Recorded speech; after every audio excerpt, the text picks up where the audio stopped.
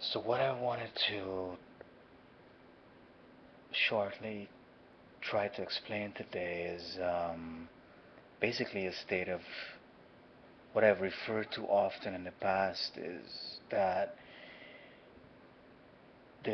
we are currently sort of like caught in a state of sleep, in a kind of a sleep state.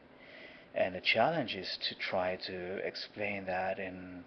psychological terms, meaning in terms of like what I would call like first-hand experience, um, because it's so often referred to nowadays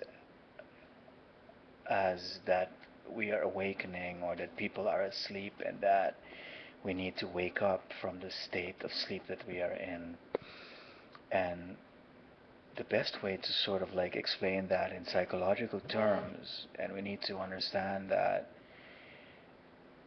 when you talk about the mind, we're obviously talking about also about the quantum, but we're going into the quantum from within, meaning that obviously when we graduate from these stages of sleep or start to awaken, that this also has a direct impact on energy, the state that energy is sort of vibrating in or trapped in. But the best way to explain it is that we are basically stuck or caught in a perception of things that is really based on the past, meaning that basically the way we were made to felt as children, we somehow remain caught in that perception or in that bubble or in that experience. So in a way, when you now often when you speak to people, you get the feeling that they're not really speaking to you, that they're really sort of like stuck in their own reality and their own perception of things, which which is really getting at what I'm saying in the way people sense this on a daily basis. Being stuck in really in an experience of the past, but experiencing it in the now, is really a way to show that we are not fully awake. It would mean thus that we are like sort of experiencing the past in the now, or in another way of saying it, we would not really be in the now. Being really in the now would mean that we would be able to sort of exit that projection or that experience of the past that is now erroneously being experienced in now, or thus projected on the other. So for instance, if you an example of this would be someone that as a child would have been made to feel by their parents that they were never the priority of this parent, meaning thus that you were not the most important thing for that parent or not important enough. So as a big person, someone would walk around in their life, for instance, with their husband or partner or wife or what have you, feeling that they are not the priority. And this would be thus a way of explaining how someone would be ex- actually still caught in this experience of the past, but rehashing it or re-experiencing it in the now, meaning thus that we would not be really interacting with what is really in front of us, but we would be really like in a deja vu, caught in a kind of a loop of the past, but re experiencing it in the now. So if someone were to be able to realize, and we can, and more often than not, we can only like really get out of that bubble or that projection by realizing, which is often called by revisiting the crime site, going back to the past and realizing, which is done in the dreams, that this was how we were meant to feel as children. By doing this, we can, as it were, recollect or take back these, what we would call then projections, which would then leave us in sort of what you could call the current state, the current account, meaning not in the past, and which would like be a complete different experience of reality versus being caught like in a bubble of the past. You see, and most, so this is, this is very, very essential, because at the moment we are really caught in these bubbles, and there is a lot to this, because this would not only mean that we would recreate these experiences, so we would like go into a relationship already programmed with the feeling, for instance, that we're not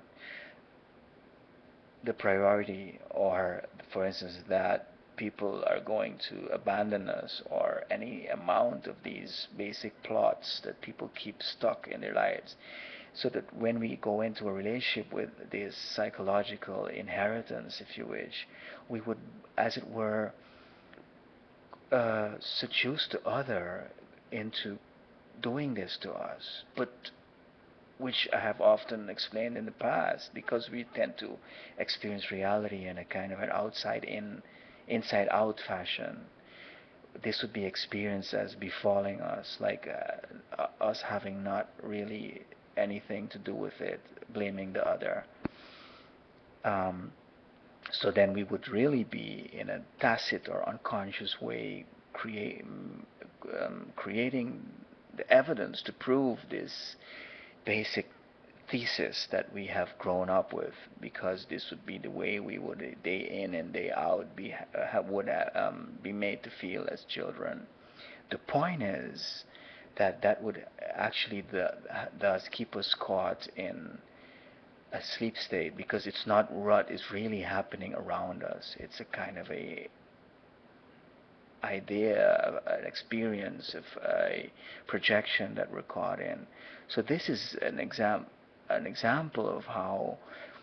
at large, at a very massive scale, we are caught in a kind of a state that is not reality. And if you were to, as it were, multiply this by billions of people, it would accumulate to thus that the larger part of humanity right now is not in a state of being really awake. Um, Being in the now, as in the spiritual sense of that we have often heard as being in the now, would mean that we would go beyond these projections or these bubbles that we really are living in. And it's very hard to get someone to really see that they are repeating this pattern and re-experiencing reality really in the past. So we are really caught in time in our experience of reality. Um, this is extremely important, because this state that the mind is caught in, if you can call it a kind of a sleep, goes hand in hand with a whole lot of different aspects. For instance, that we, so as I mentioned already, that we keep caught in this inside out experience of reality, where we think this is befalling us, but where we are unconsciously creating it. But it also keeps us caught in a kind of a split state of the mind, which keeps us locked out of the deeper layers of the onion, where we find the deepest self levels, which is as where the self is more integrated in all senses of the word, and thus also in the now, which would be a state actually beyond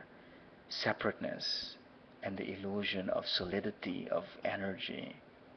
because we would, in the state of that projection of the past, we would, as it were, be caught in a channel of reality, if you wish, where things would seem solid, and by virtue of the separateness, or thus time in our experience. And once we start to get out of that sleep state, we start to go to the deeper levels of the self, where